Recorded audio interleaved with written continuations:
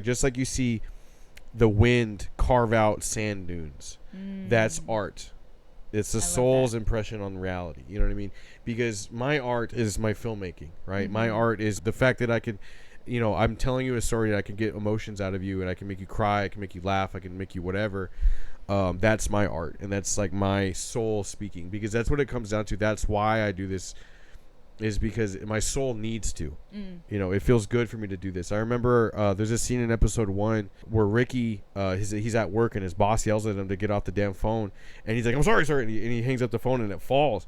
In real life, I'm behind the camera and we busted out, all of us busted out laughing, and I laughed so hard, and I caught myself, and I'm like, oh my God, that's the first time I've laughed like that in years. Because I had just pulled myself out of this living hell from 2020 to like 2022. It had been that long, and like I straight up had an ulcer in my stomach, and like I remember at one point it went away because working on that show brought me back to life. Yeah. It brought me back to life because my soul was speaking again. That's wild.